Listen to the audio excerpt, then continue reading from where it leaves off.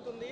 ఈ red book రాజ్యాంగం ఏమన్నా బైబిలా, ఖురానా లేకపోతే ఏంటి అసలు ఏమనుకుంటున్నారు? ఇలా భగవద్గీతలాగా ఇది ఏమన్నా ప్రచురించి అందరికి పంచుతారా లేకపోతే ఏంటి అసలు ఏం జరుగుతుంది? ప్రజలకు అనేది అసలు చంద్రబాబు నాయుడిని నమ్మటమే ఒక తప్పు. నమ్మారు. నమ్మిన తర్వాత ఏమైంది? రాజేది పట్టుకో. నమ్మిన తర్వాత ఏమైంది? ఇదే జరుగుతుండదు, మోసపోవడమే.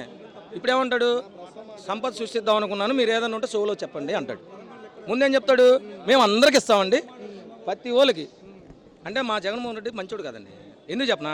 ఒక విషయంలో చెప్పాలి. ఏంటంటే ఒక క్వార్టర్ ముందు 100 రూపాయలకి ఇస్తానరా బాబు మీ అందరికీ బార్లో ఒక ఆధార్ కార్డు తీసుకురమ్మంటే పోయిండేది. ఆయన అలా మోసపూర్వ మాటలు చెప్పలా పోయాడు. ఎందుకంటే డబుల్ పెంచారు, పిచ్చి మందు అమ్ముతున్నారు ఇప్పుడు. ఆయన చెప్పలా పోయాడు. ఆయన డిక్షనరీ అది కాదు ఒక లెక్క. ఇప్పుడు ఏంటంటే తగ్గిస్తాం.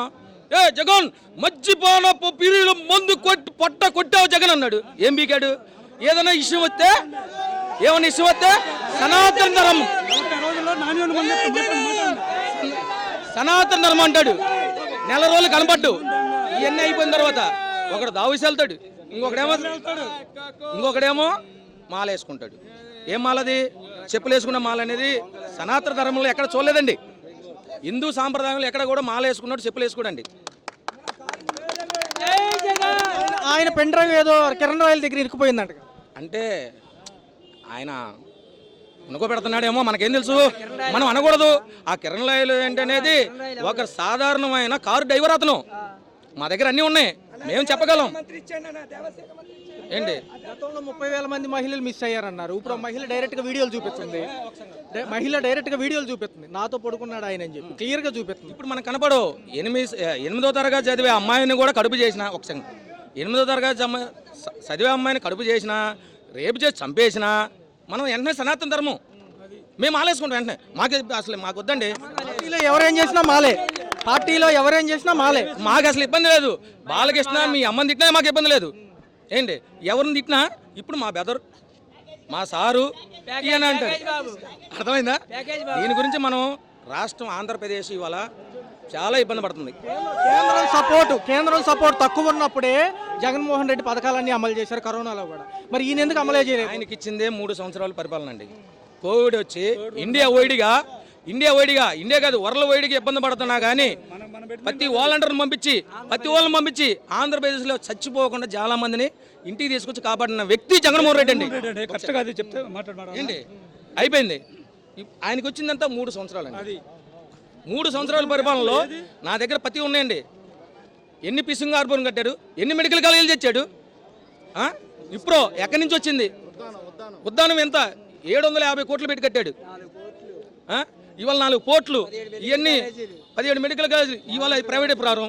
సీట్లు వద్దన్నాగా, అవసరం లేదుగా మాకు సీట్లు వద్దుగా. అంటే మేము అమ్ముకోవాలి కదండి.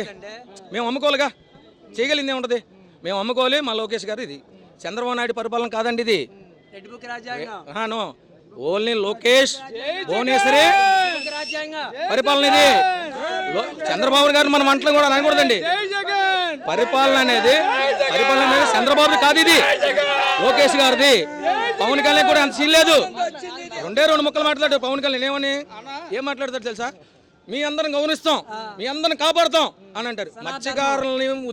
మత్స్యకారులని తీసుకొచ్చింది ఎవరు తీసుకొచ్చారండి? ఎవరు తీసుకొచ్చారు చెప్పగలరా? వీళ్ళు తీసుకొచ్చారు ఎవరన్నా? 30,000 మంది కార్మికులు, 30,000 మంది మహిళలు ఇది అయిపోయారు అన్నారే. ఇవాళ వాళ్ళని తీసుకొచ్చింది ఏది? 1400 మాత్రమే జరిగినాయి. అవి జరిగినాయి, దాన్ని కూడా తీసుకొచ్చారు. లాస్ట్కి దొరికింది ఒక 800 మంది రాలేదు. ఇంతే. కాకపోతే మా జగన్మోహన్ రెడ్డి పిచ్చోడు, తెలియదు ఆయనకేం తెలియదు. చెప్పామంటే చేస్తామంటాడు. ఇది నేను చెప్పను, ఇది చెప్పామంటే చేస్తాం. అంతేగాని దొంగ మాటలు చెప్పి నా సోలో చెప్పండి సంపద సృష్టిస్తాం అని చెప్పడు. ఆయన ఒక పిచ్చోడు అంతే. ఇచ్చాడు ఏంటో తెలుసా? బార్లు వైన్సుల మేనా, ఆటి మేనా, ఈ అన్యాయం కేసులు పెడతాం మేనా, అక్రమంగా పెడతాం మేనా సంప చుట్టిచ్చాడు. అర్థమైందా? ప్రజల మీద కదా ఆయన సంప చుట్టిచ్చింది. బార్లు చిల్లర కొట్లు కనపడతా, బార్లు వైన్సులు ఎక్కువ కనపడుతున్నాయి. అది 1-3 కాదు, ఇంకా చిల్లర కొట్లు ఏముండవు. చిల్లర కొట్లు ఇళ్లలో కూడా పెట్టాం మీద తీసుకొస్తారు.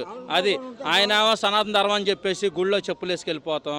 ఇది జనానికి లబ్ధిగా ఉండేది కాదు, జనం అన్యాయం అయిపోయేది. ప్రతి స్కూల్ పిల్లలకి అన్నం ఫుడ్ అనేది ఇప్పుడు పురుగుల అన్నం దొరుకుతుంది. అది మళ్ళీ జగనన్న వస్తాడు, మళ్ళీ జగనన్న ప్రజలకు మేలు చేస్తాడు. జై జగనన్న. ఇక్కడ వచ్చేది ఇప్పుడు జనాలు వచ్చారన్న. నేను ఆటో డ్రైవర్ని, మాకు సంవత్సరానికి 10,000 పడేవి. ఇప్పుడు ఆ డబ్బులు లేవు మాకు. యూనిఫామ్ లేకపోతే 135 రూపాయలు కేసు మాకు. అప్పుడు ఇప్పుడు 1035 రూపాయలు కేసు. యూనిఫామ్ లేకపోతే 135 రూపాయలు కేసు. ఇప్పుడు 1035 రూపాయలు కేసు. అదైపోయింది. అమ్మఒడి తల్లికి వందనం అన్నారు, అమ్మఒడి లేదు. విద్యాదేవం లేదు, ఫీజు రిమాండ్ లేదు.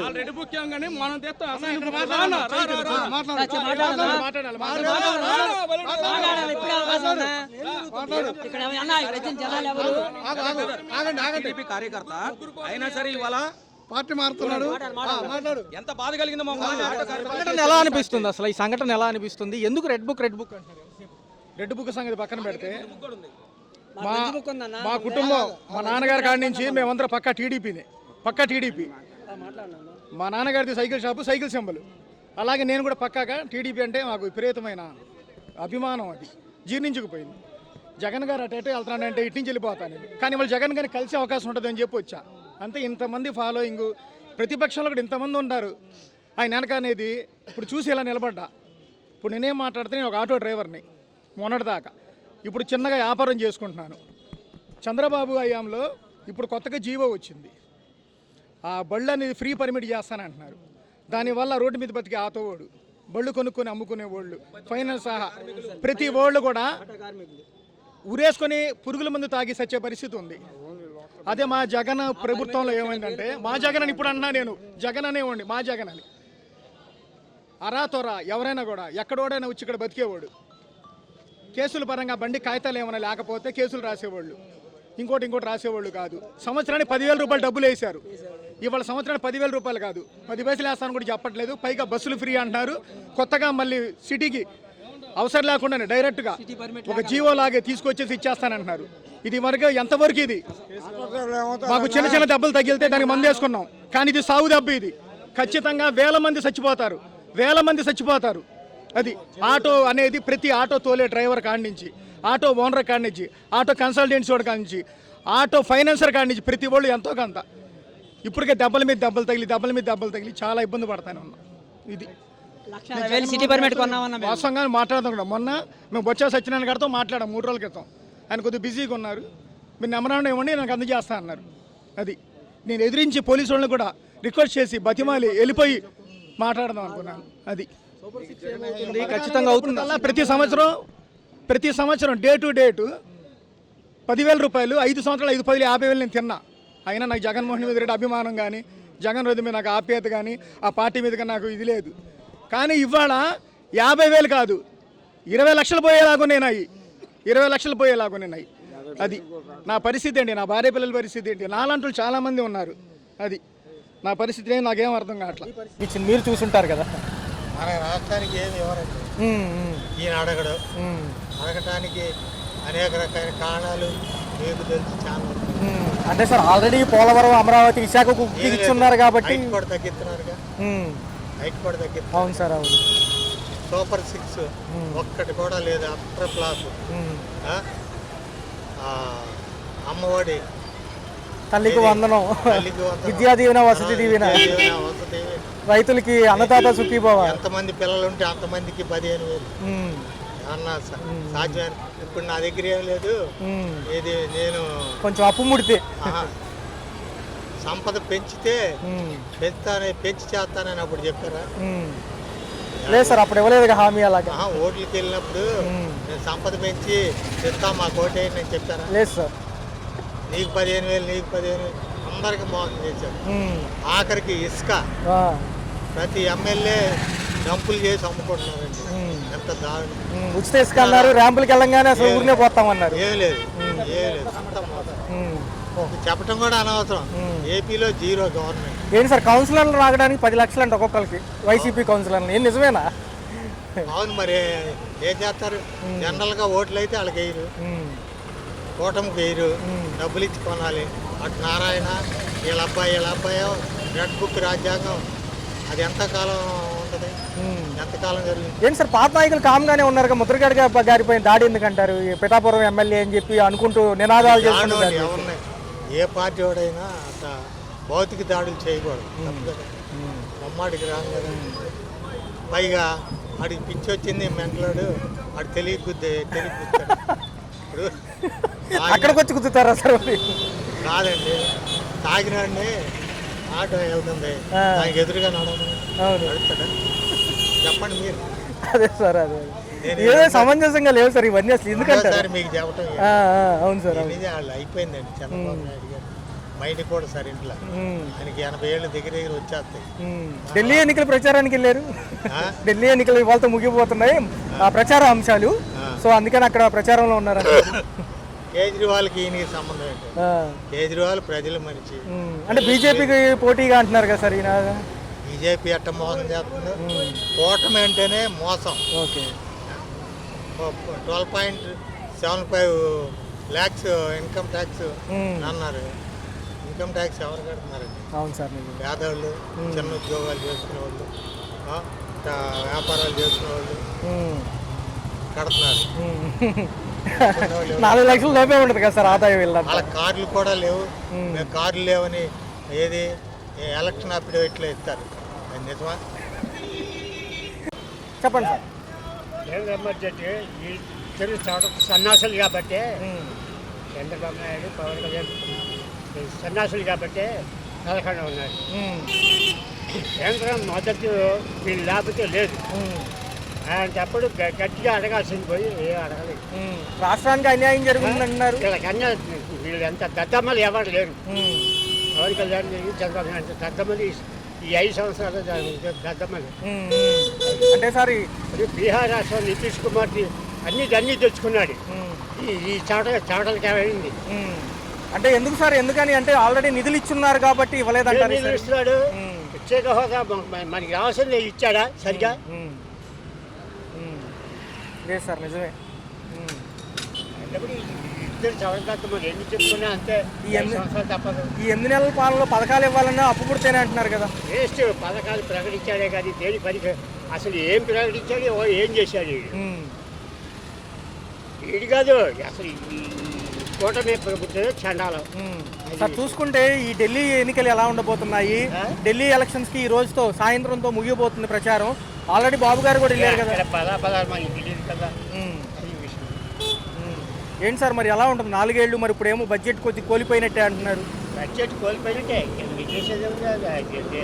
బడ్జెట్ ప్రవేశపెట్టినాక చేసేదే ఉంది. బొచ్చుగా 50 లక్షల కోట్లు అంటున్నారు. అవన్నీ ఎలా సమంజసమైన కేంద్రం? ఎక్కడి నుంచి 50 లక్షల కోట్లు? ఇక పేపర్ చవడం తత్తమలు కాబట్టి మదకుండా ఉన్నారు. లేకపోతే గట్టిగా మోడీ గారు అని అడిగితే ఇచ్చేవాళ్ళు.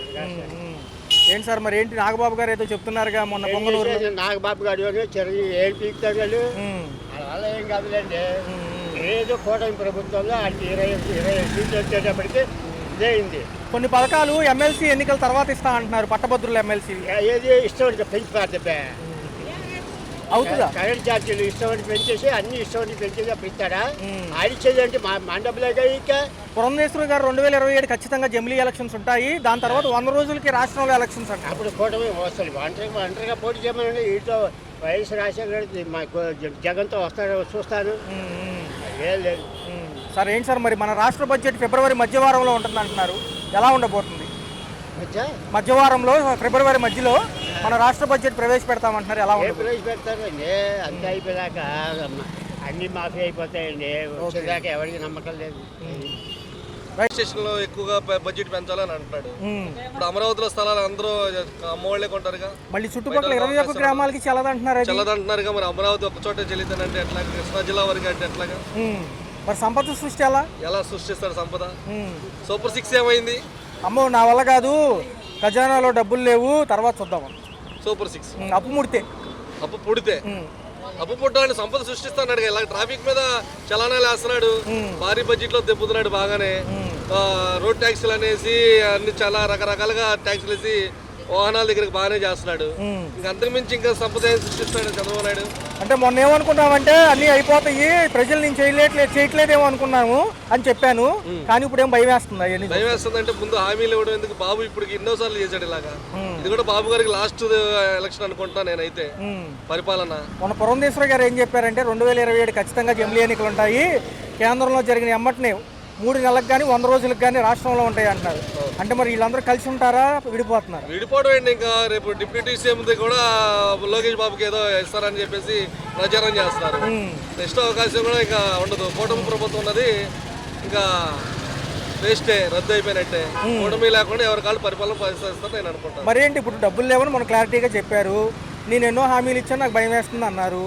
అప్పు ముడితే చేస్తాను. గతంలో అప్పులు చేశారని వీళ్ళే అంటున్నారు కదా. మరి అవును, మరి అదే వాళ్ళు కూడా ఇలాగే చేసుకుని రావచ్చు కదా ముందుకి.